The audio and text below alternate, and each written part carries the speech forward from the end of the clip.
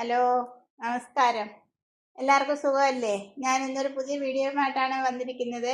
ഞാൻ ഇന്ന് ഉണ്ടാക്കുന്നത് ദിൽഖുഷാണ്.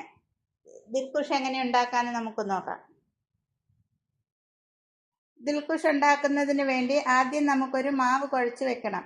അതിന് വേണ്ടിയിട്ട് 1.5 കപ്പ് മൈദാപ്പൊടി എടുത്തിട്ടുണ്ട്, 1 സ്പൂൺ പഞ്ചസാര, ഒരു 1/2 സ്പൂൺ ഈസ്റ്റ്, ഒരു നുള്ളു ഉപ്പ്, ഒരല്പം ചൂട് പാൽ അല്ലെങ്കിൽ ചൂടുവെള്ളം ഉപയോഗിക്കാം.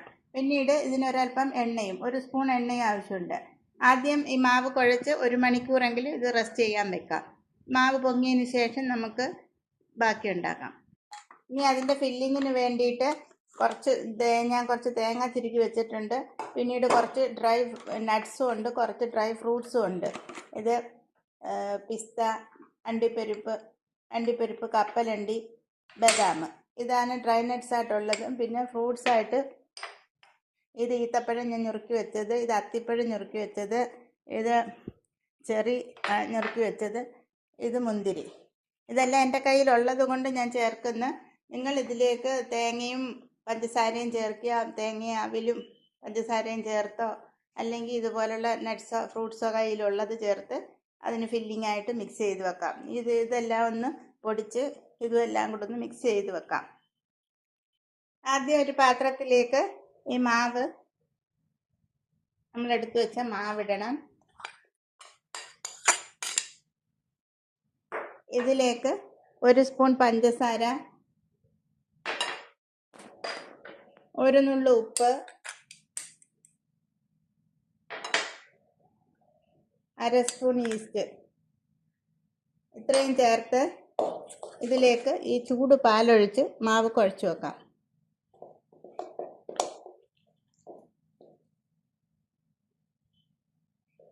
ചൂടെന്ന് പറയുമ്പോൾ ഭയങ്കര ചൂടല്ല, നമുക്ക് വിരൽ ഇങ്ങനെ ഇട്ട് നോക്കിയാൽ പറ്റുന്ന കണക്കുള്ള ഒരു ചൂട്, ഇളം ചൂട്. ഇനി ഈ മാവ് നമുക്ക് നല്ലതുപോലെ കുഴച്ച് ഒരു മിനിറ്റെങ്കിലും നല്ലതുപോലെ കുഴച്ചെടുക്കും. ഇപ്പോൾ ഈ മാവ് നല്ലതുപോലെ ഞാൻ കുഴച്ച് ഒരു ചപ്പാത്തി പരുവത്തിലാക്കിയിട്ടുണ്ട്. നല്ല സോഫ്റ്റാക്കി കുറച്ച് നേരം കുഴച്ചെടുത്തിട്ടുണ്ട്. ഇനി ഇതിൻ്റെ മുകളിലേക്ക് അല്പം എണ്ണ പുരട്ടി ഒരു നനഞ്ഞ തുണി കൊണ്ട് അടച്ചു വെക്കാം. 1-2 മണിക്കൂർ കഴിഞ്ഞ് ഇത് മാവ് പൊങ്ങി വരുമ്പം പിന്നീട് നമുക്ക് ബാക്കി ചെയ്യാം. ഇതിലേക്കൊരല്പം എണ്ണ ഒഴിക്കാം. അത് ഈ മാവിൻ്റെ എല്ലാ ഭാഗത്തും ഒന്ന് പറ്റുന്ന കണക്കാക്കി, ഇത് മാവ് ഡ്രൈ ആവാതിരിക്കാൻ വേണ്ടിയിട്ടാണ് ഈ എണ്ണ പുരട്ടി വെക്കുന്നത്. ഇനി ഒരു നനഞ്ഞ തുണി വെച്ച് അടച്ചു വെക്കാം.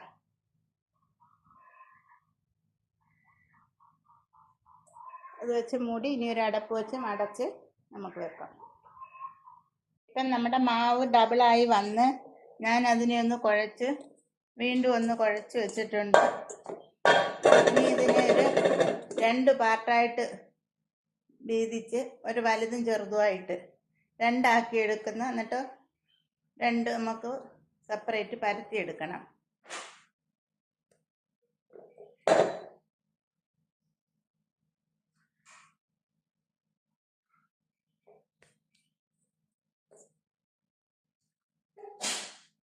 ഇത് 2 ആക്കി വെച്ചിട്ടുണ്ട്. ഞാൻ ഫില്ലിങ് മിക്സ് ചെയ്യാൻ വേണ്ടിയിട്ട് നമ്മൾ ഈ തേങ്ങയിലേക്ക് ഈ ഡ്രൈ നട്ട്സ് എല്ലാം കൂടെ ഒന്ന് ക്രഷ് ചെയ്ത് വെച്ചത്, പിന്നീട് ഇതിലേക്ക് മധുരത്തിന് ആവശ്യമായ പഞ്ചസാര, പിന്നീട് ഈ ഡ്രൈ ഫ്രൂട്ട്സ് എല്ലാം കുറച്ച് ഇതിലേക്ക് ഇടുന്നു.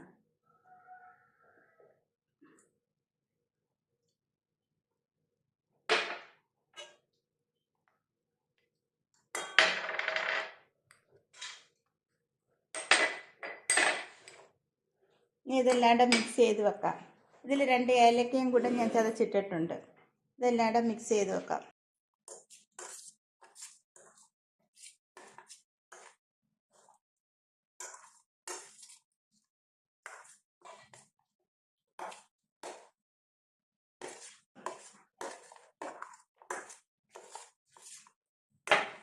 ഇതിലേക്ക് ഒരല്പം എള്ളും കൂടെ ചേർക്കുന്നുണ്ട്.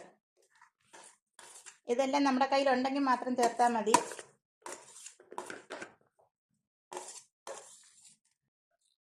ഇനി നമ്മൾ കേക്ക് ഇത് ഉണ്ടാക്കാനുള്ള കേക്ക് ട്രേയിലോട്ട് എണ്ണ പുരട്ടിയിട്ട് ഇത്തിരി മൈദാപ്പൊടി തൂവി അതൊന്ന് പൊടിയിട്ട് തൂക്കി വെക്കണം. കേക്ക് ഉണ്ടാക്കാൻ ട്രേ ശരിയാക്കും പോലെ. ഇതിൻ്റെ എല്ലാ ഭാഗത്തും പൊടി പറ്റുന്ന കണക്കൊന്ന് ആക്കിയിട്ട് ഈ പൊടി അങ്ങ് തട്ടിക്കളയണം. നമ്മളൊരു ബട്ടർ പേപ്പർ വെക്കും പോലെയുള്ള ഒരിതാണിത്.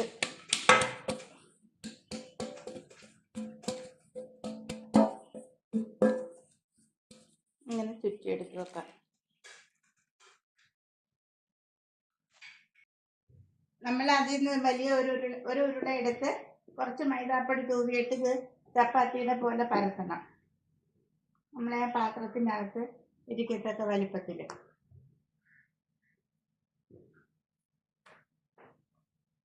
ഒരുപാടങ്ങ് കട്ടി കുറച്ചല്ല, എങ്കിലും അതിനൊരു ആ പാത്രത്തിൻ്റെ ഒരു വലിപ്പം അനുസരിച്ച്.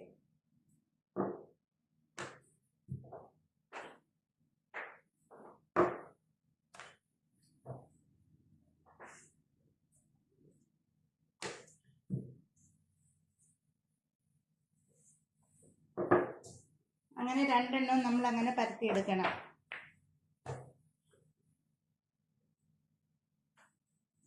രണ്ടാമത്തതും അങ്ങനെ പരത്തിയിട്ടുണ്ട്. അത് ആദ്യത്തേതിനേക്കാൾ കുറച്ചുകൂടി വലുതായിട്ട്. രണ്ടാമത്തത് വലിയ ഉരുളയിലാണ് പരത്തിയത്. ആദ്യം പരത്തിയത് നമ്മൾ ഇതിനകത്തോട്ട് ഇതുപോലെ വെക്കണം. വെച്ചതിന് ശേഷം നമുക്ക് ആ ഫില്ലിങ് ഇതിൻ്റെ മുകളിലിടാം. നമ്മളെ ഫില്ലിങ് ഇതിൻ്റെ മുകളിലേക്ക് ഇടുന്നു.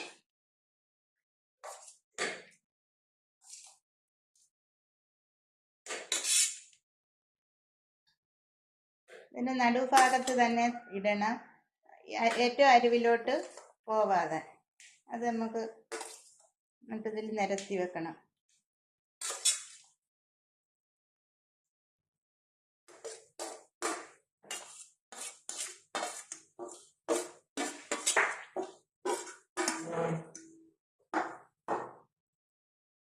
എല്ലാ ഭാഗത്തും ഒന്ന് പരത്തി വയ്ക്കാം.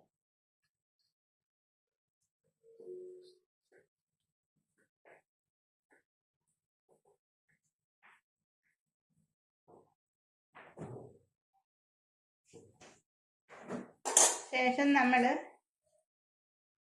മറ്റേ വലുത് അതിൻ്റെ മുകളിലേക്ക് ഇടണം. എന്നിട്ട് ഈ സൈഡ് കൊണ്ട് അതെല്ലാം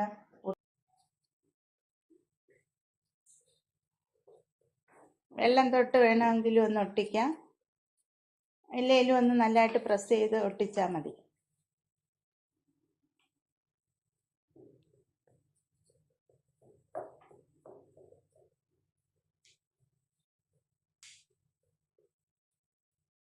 ശേഷം ഇതിൻ്റെ മുകളിലേക്ക് അല്പം പാല് ബ്രഷ് ചെയ്ത് കൊടുക്കാം.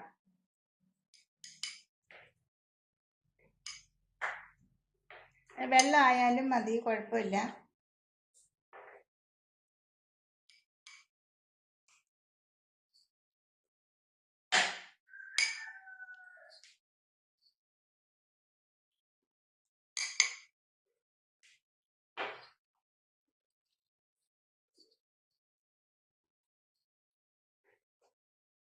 അതിനുശേഷം ഇതിൻ്റെ മുകളിൽ അല്പം എള്ള് വിതറിയിട്ട് കൊടുക്കാം. അതൊരു ഭംഗിക്ക്.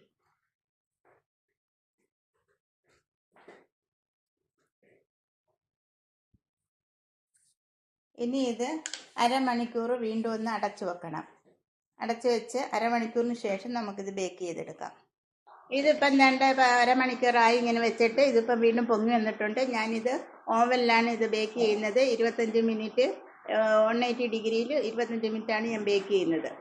ഇനി നിങ്ങൾ സാധാ അടുപ്പിൽ വെച്ചാണ് ചെയ്യുന്നതെങ്കിൽ സാധാ അടുപ്പിൽ നമുക്ക് അലൂമിനിയം പാത്രം വെച്ച് അതിൽ ചൂടാകുമ്പോഴത്തേക്ക് റിങ് ഇറക്കി വെച്ചിട്ട് ഇത് അതിനകത്ത് ഇറക്കി വെച്ച് നമുക്ക് ബേക്ക് ചെയ്യാം. അതിന് ഒരു 50 മിനിറ്റോളം എടുക്കും സാധാ അടുപ്പിൽ. ഓവനിലാകുമ്പം പെട്ടെന്ന് 25 മിനിറ്റ് കൊണ്ട് ബേക്കായി കിട്ടും. ഞാൻ നേരത്തെ ഒരു ക്യാരറ്റ് കേക്ക് ചെയ്തത് ഇത് സാധാ അടുപ്പിൽ വെച്ച് ബേക്ക് ചെയ്യുന്നത് കാണിച്ചിട്ടുണ്ട്. അതിൽ ചെയ്തതുപോലെ ഇതും ചെയ്യാവുന്നതാണ്. പക്ഷെ അങ്ങനെ റെഡി ആയിട്ടുണ്ട്. ഇനി ഒന്ന് കട്ട് ചെയ്ത് നോക്കാം എങ്ങനെയുണ്ടെന്ന്.